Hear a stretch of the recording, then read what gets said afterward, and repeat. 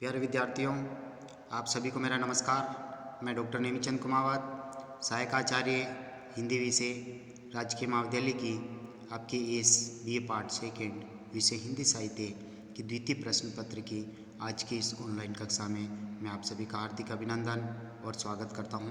प्यारे विद्यार्थियों, पिछली हाल ही की जो ऑनलाइन कक्षाएँ हमारी हुई थी वो आपकी जो पाठ्यपुस्तक है एकांकी संग्रह है उसकी प्रथम 2 एकांकी, एक तो नया पुराना एकांकी और दूसरी दीपदान एकांकी, इनको हम पिछली ऑनलाइन कक्षाओं में पढ़ चुके हैं। और हाल ही की ऑनलाइन कक्षा से हमने आपकी इस पाठ्यपुस्तक की तीसरी एकांकी को आरंभ किया था, बीमार का इलाज, लेखक का परिचय और इस बीमार का इलाज एकांकी की कथा वस्तु पर हमने संक्षिप्त रूप से बात की थी। और आज हम उसी क्रम को जारी रखते हुए इस एकांकी के पात्रों का परिचय और इस एकांकी की का मूल अध्ययन हम करने जा रहे हैं। तो आइए हम आरंभ करते हैं। सबसे पहले पात्र परिचय को लेते हैं। चंद्रकांत ये आगरा का एक रईस है जो अंग्रेजी सभ्यता व रहन सहन का प्रेमी है। एकदम भारी भरकम शरीर वाला, उम्र 45 वर्ष। और ये एक तरह से डॉक्टर गुप्ता को चिकित्सा पद्धति के क्षेत्र में अपना घरेलू डॉक्टर मानता है। डॉक्टर गुप्ता के द्वारा इलाज अपने परिवार के सदस्यों का करवाता है, इसी में इसकी आस्था है। तो इनके अंग्रेजी सभ्यता और रहन सहन का प्रेमी है। दूसरा जो पात्र इस एकांकी में है वो है कांति। वो इन्हीं चंद्रकांत का पुत्र है, चंद्रकांत का बड़ा पुत्र है और इसकी उम्र लगभग 21-22 वर्ष है। और इसकी आस्था डॉक्टर नानक चंद के एक वैद्य के प्रति हैं। ये उनको बुला करके इस अपने मित्र जो हैं विनोद, उनका चिकित्सा पद्धति के द्वारा उपचार करवाना चाहता है। तीसरा पात्र है विनोद। विनोद कांति का सहपाठी हैं, समवयस्क मित्र हैं। और एक पात्र इसमें है शांति, जो कांति की ही शांति यानी जो कांति का एक तरह से छोटा भाई है। तो कहने का तात्पर्य चंद्रकांत पिता है, कांति और शांति, कांति बड़ा पुत्र है, शांति छोटा पुत्र, और विनोद जो है वो कांति का मित्र है। फिर है सरस्वती, जो एक तरह से चंद्रकांत की पत्नी है यानी कांति की माँ हैं और अपने पति से सर्वथा भिन्न विचारों वाली हैं, दुबली पतली हैं, पुराने विचारों वाली हैं। और वैद्य हरिचंद व पंडित से मंत्र और मार्जन कराने में ये विश्वास रखती हैं। और एक और पात्र है प्रतिमा, जो चंद्रकांत के जो पुत्र हैं कांति और शांति, उसी तरह से चंद्रकांत की पुत्री है प्रतिमा, यानी ये कांति की बहन, एकदम मोटी, उम्र 24 वर्ष। और अन्य जो पात्र इसमें आते हैं, एक तो डॉक्टर गुप्ता, डॉक्टर नानक चंद, वैद्य हरिचंद, बूढ़ा नौकर, सुखिया यानी ये ओझा के मंत्र को जल के लाने वाला है, सुखिया, पंडित, पुजारी इत्यादि, और डॉक्टर भटनागर। तो काफ़ी पात्र हैं इसमें, पारिवारिक सदस्य हैं ये 5-6। तो साथ ही इनके सभी की आस्था के अनुसार इतने ही डॉक्टर चिकित्सक इसमें और हैं। तो देखिए, आगरा में कांति के पिता मिस्टर चंद्रकांत की कोठी का एक कमरा, चाहे घटनाक्रम घटित होता है। कोठी की सजावट एक संपन्न परिवार के अनुरूप है। सोफा सेट, कुर्सियाँ, तिपाई इत्यादि सभी वस्तुएं मौजूद हैं, पर नौकर पर निर्भर रहने तथा रूढ़िवादी गृह स्वामिनी के कारण स्वच्छता और सलीके का अभाव है। दरी पर बिछी हुई चादर काफ़ी मैली है।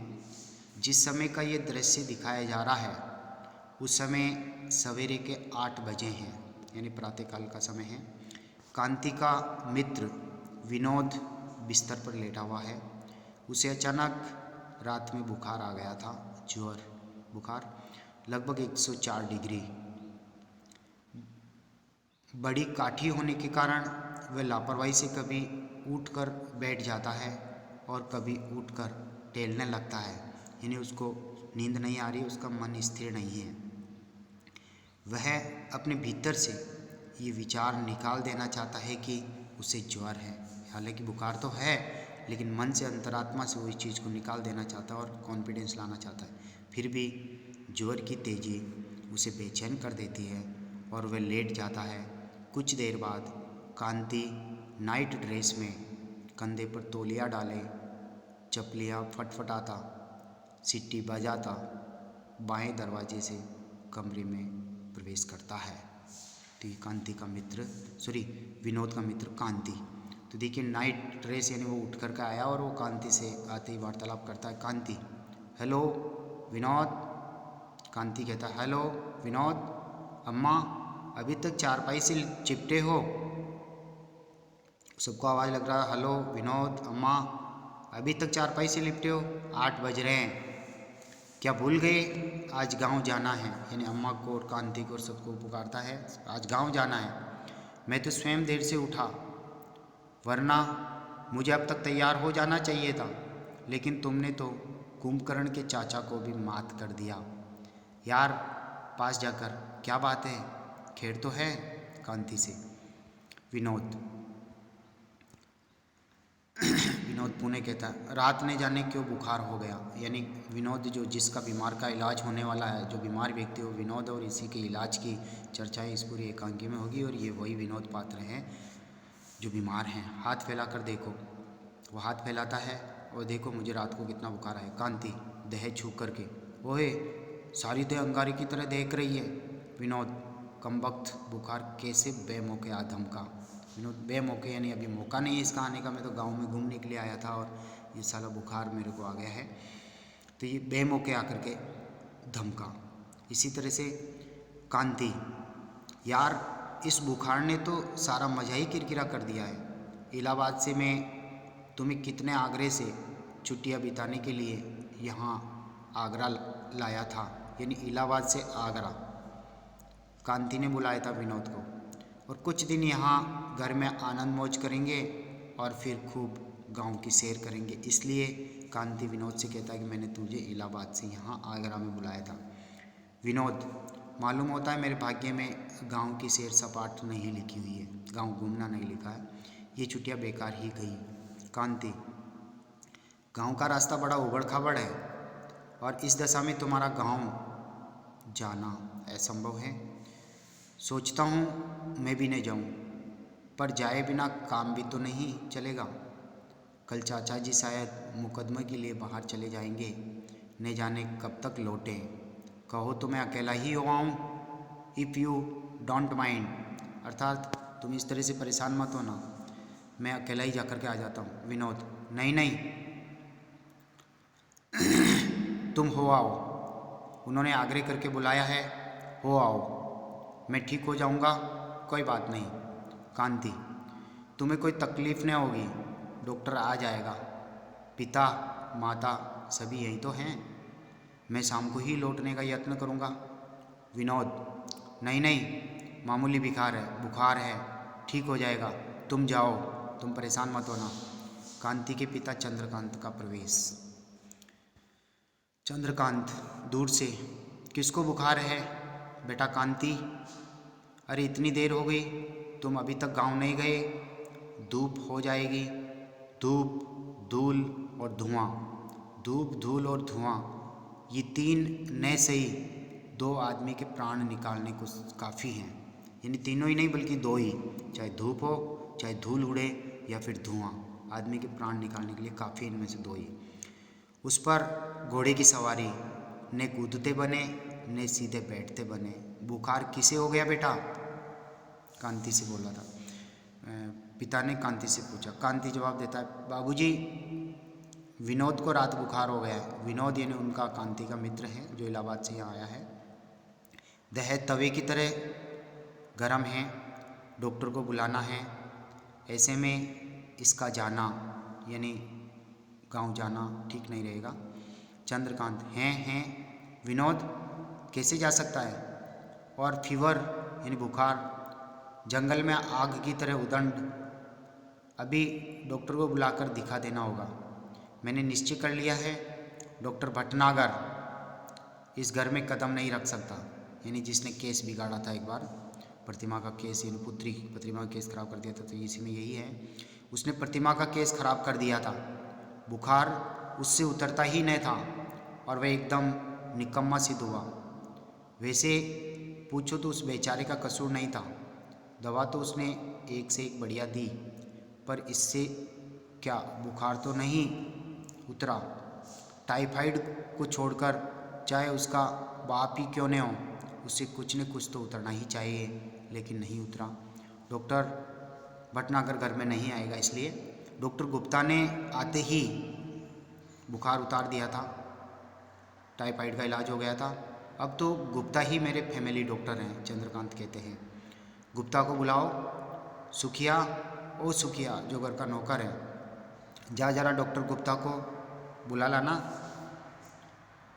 डॉक्टर गुप्ता को तो बुला ला, कहना वह कांति के मित्र हैं ना, जो प्रयाग से आए हैं, इलाहाबाद से, विनोद, उन्हें रात को बुखार हो गया है, जरा चल कर देख लीजिए। बाबूजी ने कहा है, बेटा मान गया तो मैं उनको दिखा दूंगा। कांति, डॉक्टर भटनागर में मेरा फेत कभी नहीं रहा, यानी मेरा संबंध उनसे नहीं है, या मेरा संपर्क उनसे कभी नहीं हुआ, उनसे इलाज मैंने कभी नहीं लिया। बाबूजी, लेकिन डॉक्टर नानक चंद भी तो कम नहीं है, विनोद को उसे दिखाना ही ठीक होगा। न जाने उसके हाथ में कैसा जादू है। मेरा तो दिन पर दिन होम्योपैथिक पर विश्वास बढ़ता ही जा रहा है, इसलिए होम्योपैथी के डॉक्टर नानक चंद को ही बुला करके विनोद को दिखाना चाहिए। डॉक्टर भटनागर यहाँ नहीं आएगा, और डॉक्टर गुप्ता जी में भी मेरा विश्वास नहीं है। चंद्रकांत कमरे में टहलते हुए, मेरे बच्चे तुम पढ़ लिख कर ही नासमझ ही रहे, यानी तुम पढ़ लिख करके ही आज नासमझ के नासमझ बने हुए हो। बिना अनुभव के समझदार और बच्चे में अंतर ही क्या है फिर। अरे होम्योपैथिक भी कोई इलाज है? चॉकलेट या मीठी गोलियां ने दी, होम्योपैथिक दवा दे दी। याद रखो, बड़ों की बात गांठ बांध लो। जब इलाज करो तो एलोपैथिक डॉक्टर का इलाज करो, यानी डॉक्टर गुप्ता इलाज करेंगे। कड़वी भेषज बिन पिए मिटे ने तन को ताप, यानी जब तक कड़वी दवाई नहीं पिएंगे तब तक शरीर का ताप यानी बुखार नहीं उतरेगा। ये बाल धूप में सफ़ेद नहीं हुए, कहते क्यों नहीं विनोद बेटा, अर्थात मैंने बहुत अनुभव इकट्ठा किया है। चंद्रकांत कहते हैं, धूप में मैंने जाकर के बाल सफ़ेद नहीं किए, स्वाभाविक रूप से बाल सफ़ेद हुए हैं और मैंने अनुभव प्राप्त किया है। विनोद जी करवट बदल लेता है। विनोद स्वयं बीमार हैं, करवट बदल लेता है। चंद्रकांत उसे कहते हैं, चंद्रकांत ये वैद्य हकीम क्या जाने, यानी ये वैद्य हकीम क्या जाने, हरड़ बहेड़ा और शरबत शोरबे के पंडित हैं ये। कांति, मैं चाहता हूँ आप इस मामले में नहीं पड़े, यानी चंद्रकांत को अपने पिता को कहते हैं, और कुछ कहते कहते छोड़ देता है। चंद्रकांत, नहीं, यह नहीं हो सकेगा। मैं जानता हूँ विनोद का भला इसी में है कि डॉक्टर गुप्ता को दिखाया जाए। सुखिया, प्रवेश कर। सरकार, वो बाबू आए हैं, यानी वो बाबू सुखिया या नौकर है, और बाबू का मतलब डॉक्टर गुप्ता को जिसको बुलाया था वो आ गए। चंद्रकांत, अबे कौन बाबू, नाम भी बताएगा या यूं ही? सुखिया, वही जो उस दिन रात को आए थे, यानी रात को कौन आए थे? चंद्रकांत, लो और सुनो, गधों से पाला पड़ा है।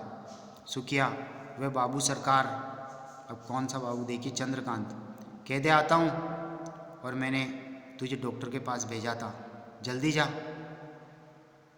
स्वयं भी चले जाते हैं, यानी डॉक्टर को जाने के लिए, डॉक्टर के पास जाने के लिए सुखिया को भेजा था, लेकिन किसी बाबू के आगमन का समाचार उसने देकर के वो वापस आ गया। कांति, तुम घबराना मत, विनोद से कहते, तुम घबराना मत, मैं डॉक्टर नानक चंद को बुला कर लाऊँगा। मेरा ख्याल है शाम तक बुखार उतर जाएगा। अच्छा विनोद, अभी तो देर हो रही है, मैं चलूँ गाँव के लिए, अभी मुझे बाथरूम भी जाना है। विनोद, हाँ हाँ तुम जाओ, मैंने बुखार की कभी परवाह नहीं की। कांति, उतर जाएगा। ये कांति, मैंने बुखार की कभी परवाह नहीं की, स्वतः उतर जाएगा, अपना आप उतर जाएगा, शाम तक लौटने की कोशिश करना, ठीक है। कांति, अवश्य अवश्य, तुम्हारे बिना मेरा मन भी क्या लगेगा, लेकिन जाना जरूरी है। अच्छा, विश्व स्पीडी रिकवरी, विश्व स्पीडी रिकवरी, यानी आप बहुत जल्दी से ही रिकवर हो जाएंगे, बुखार उतर जाएगा। और सीटी बजाता हुआ कांति चला जाता है। विनोद, नमस्कार, करवट बदल कर लेट जाता है, और कांति की माँ सरस्वती का यहाँ प्रवेश होता है। और प्यारे विद्यार्थियों, यहाँ से आगे की जो ऑनलाइन कक्षा है वो हम अगली ऑनलाइन कक्षा में करेंगे। अभी इस पृष्ठ संख्या 52 से हम एक तरह से अगली ऑनलाइन कक्षा में पढ़ेंगे। प्यारे विद्यार्थियों, आपसे पुनः आग्रह है कि आप यदि पहली बार कॉलेज के इस यूट्यूब चैनल को ओपन करके अब ऑनलाइन कक्षाओं के माध्यम से आप अपनी ऑनलाइन पढ़ाई कर रहे हैं, तो आपसे आग्रह है कि आप कॉलेज के इस यूट्यूब चैनल को सब्सक्राइब जरूर करें। साथ ही आप जितना सब्सक्राइब करेंगे उतने ही अधिक इस विषय से संबंधित और वीडियो जो हम अपलोड करेंगे वो आपके समक्ष पहुंच जाएंगे। आप इन वीडियोज़ को एक लाइक ज़रूर करें और सब्सक्राइब करने पर ही आपकी महाविद्यालय में उपस्थिति सुनिश्चित हो सकेगी, इसलिए आप सब्सक्राइब जरूर करें। आप सभी को बहुत बहुत धन्यवाद। जय हिंद, जय भारत। आज की ऑनलाइन कक्षा को यहीं समाप्त करते हैं। Thank you.